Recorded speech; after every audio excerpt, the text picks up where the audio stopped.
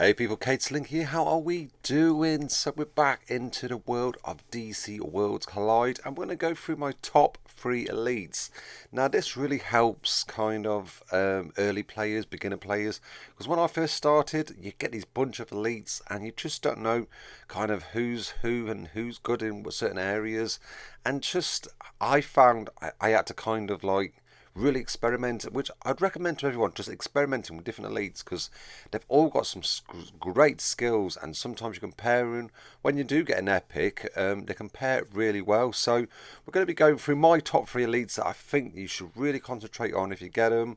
Like I said, this is my opinion. I know people have different opinions, but these 3 do sit well in so many teams. They've helped me get through a lot of early stuff in the game, so this is what we're going to go through. Anyway, let's just go through them. And first we have Scarecrow, Jonathan Crane. Now in another life, Jonathan Crane may have been a promising psychologist, but in his obsession with the fear drove into medicine into consumed crime. So he's from the world of Batman, and this guy is an intellect damage per second character. His kind of main areas is area of effect and poison, and this guy is the Poison King. He's so great at like just keep putting them stacks of poison on. His kind of, we'll have a look at his skills, so his passive. So he spreads fear gas at the start of the battle, adding 1 stack of poison to all enemies. That lasts until the end of the battle, and that kind of goes up. And that's such a great start, just putting poison on at the start of the battle. And obviously the more levels, you can just get it turn 2 and turn 3. It's a really powerful skill to have. His basic charges towards an enemy and stabs the enemy with a needle in his hand, dealing physical damage equal to 75% of the attack. He has 1 stack of poison for 3 turns, and that attack kind of damage increases per level. So again, it's another way of just dropping poison onto that character on the enemy and really start building up them stacks. And his ultimate, which is really powerful, so he slashes all enemies, dealing superpower damage equal to 80% of attack, which can be pretty decent. For each stack of poison on the enemy, there is a 35% chance of adding another 1 stack of poison for 3 turns, and then the damage increases in levels. So that, if you've got so much poison on them already, just getting out that skill, it can really cause so much damage and also add all them poison stacks on. And poison at the end of each turn takes superpower damage equal to 20% of attack and decreases healing and shield received by 10%, and it stacks at 15 is the maximum. So all in all, this guy is, like I said, he's great. He's a poison king. He can really get some great poison stacks on the enemy. Now next up we have the Phantom Stranger. Now at first this guy, I weren't too sure of him. I kind of sat on him quite a bit, and the more I started using him and put him into different teams, the more I found, God, this elite is so good and he's so powerful when he's maxed up. So the Phantom Stranger is a mysterious mystic who has walked the earth for centuries. This guy is an agility tank. He doesn't look like a tank, but he really is. And some of his best areas and his tags is shield, sacrifice, obtain energy, and also heal. So he has quite a few great traits. If we have a look at his skills, so his advance, he sacrifices 20% of current HP and grants himself and an ally with the highest attack, a shield that can absorb damage equal to 20% of max HP. And he also gains shelter for 2 turns. And that kind of goes up the shield damage, and he can grant an additional shield to an ally with the highest attack.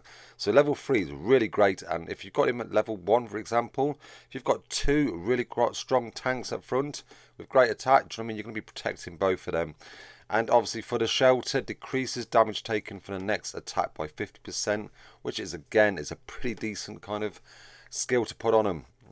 Basic, deals superpower damage equal to 85% of attack to an enemy and heals himself for 8% of his lost HP, and that damage increases in level. A great little basic, not one of the best out there, but it's okay. You get a bit of heal out of it all also. And his ultimate, which is so good, he gains 2 stacks of sturdy armor. Now, sturdy armor decreases defense by 20% and crit resistance by 5%. Sorry, so it's really great kind of thing to have. And so this gains the stacks of sturdy armor and magic protection for 2 turns. If the person with magic protection is attacked and their proportion of HP drops below 40%, 10% of their max HP is healed, and the magic protection is transmitted to a random ally. It transmits 2 times at the most. So your whole team, you can really get this kind of stack of sturdy armor and protection across them all. So that's what this guy is great for, just protecting your gang, making sure, do you know what I mean, that they are protected. It's also obviously decreasing the damage taken, increasing defense. So there's a lot to this guy. He is a support, can really help, and he can fit in, I'd say, even by himself with a lot of other teams. He can fit in really well with a lot out there. And lastly, but no means least, the Black Canary. Now, Dina Laurel Lance. Now, she's a fearless street fighter and a partner to Green Arrow. Tackles injustice with an unmatched martial arts skills and an ear-piercing canary cry. Now, this skill, I've got her really early on, and from the start, she was so good. She's intellect support. She's got the heal and control. She's probably one of my, she's my top 3. But I'd say she could be close to my top favourite of all elites because she's so great and she's got some great set of skills. So her advance, she deals superpower damage to the back row equal to 150% of attack and has a 100 chance of inflicting silence for 2 turns. Now silence is unable to cast advanced attacks and ultimates, so you're really stopping for 2 turns and it's a 100% chance to do it. That back row, just stopping them from casting their skills is a massive bonus for 2 turns. Can really get you through really well and get some damage on them while they're waiting.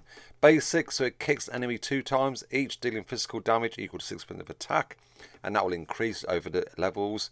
And the ultimate, which is amazing, so Black Canary whips out a microphone and sings, healing all allies 3 times for HP, equal to 60% of their attack each time. And then level 2, the heal amount increases, and you get shelter, which is, again, if we go through from the shelter before, just there, so the shelter decreases damage taken for the next attack by 50%, so again it's adding on to another great skill. And also, if it's level 3, healed amount increases to 80%. Also there's the weaken there, which is in the advanced in level 2, so decreases the attack by 8% and block break by 5%. So this girl, she can do so much with the kind of healing, with the kind of silence, and also a little bit of damage. She's not the best damage dealer out there, but she is more the support, making sure your guys are well looked after, making sure you're well healed up, and also stopping them from doing their ultimates. So out of the 3, them 3 are my favourites. Don't get me wrong, all the elites are really good when you first start the game, and I kind of hope these, I know when you get to the stage you start getting more epics, but I really think some of these elites are probably better than some epics out there, to be fair. You can put these elites with a great epic team, and they're going to really help that epic team as well, or legendary team in the future. I do think they've got a purpose, and I hope they've got a big purpose in the game later on, that they kind of don't get like overshadowed by new characters or by legendary characters or by epics. So I do hope these kind of elites do kind of shine, and they are, level 3 across the board. They're really powerful, and if you're new to the game, do you know what I mean, get these guys ranked up as best you can, because they're going to get you really far. So I hope that helped a lot of people out there. Like I said, I'm very new to the game still. I'm going to be doing more tier lists on the elites and more on the epics when I start getting more epic characters and legendary in the future. But let me know what's your favourite elites. Do you find, you've been playing the game for a while, are you finding that you're using elites still, even further in the game? It'd be great to hear from your comments below. Hope you enjoyed this video. Don't forget to check out some other videos, and also hit that like and subscribe button on your way out. Take care, bye bye.